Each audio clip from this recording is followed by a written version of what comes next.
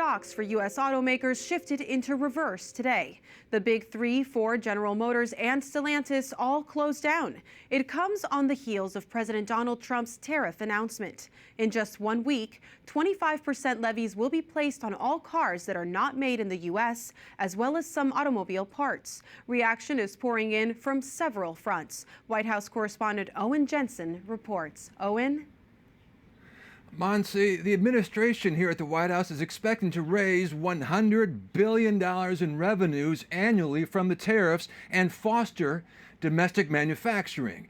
President Trump says business is coming back to the United States, but with the tariffs, the criticism. And this is very modest. And what we're going to be doing is a 25% tariff on all cars that are not made in the United States. If they're made in the United States, there's absolutely no tariff.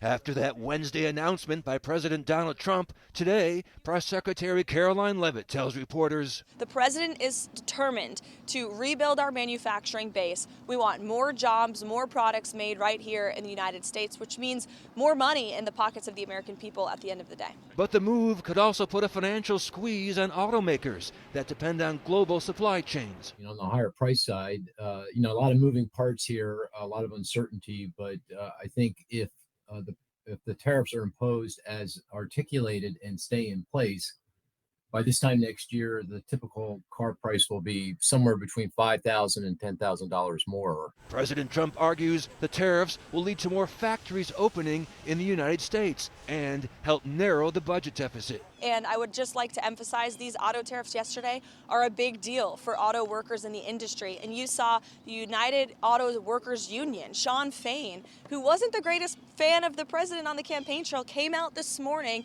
and applauded the president for this move. The European Automobile Manufacturers Association called it very concerning. We're deeply worried that this will have a major impact on automaking around the world.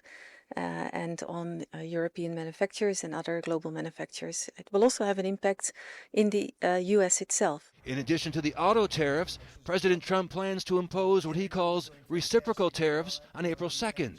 And overnight, the president warning in a post, if the European Union works with Canada in order to do economic harm to the USA, large-scale tariffs, far larger than currently planned, will be placed on them both in order to protect the best friend that each of those two countries has ever had.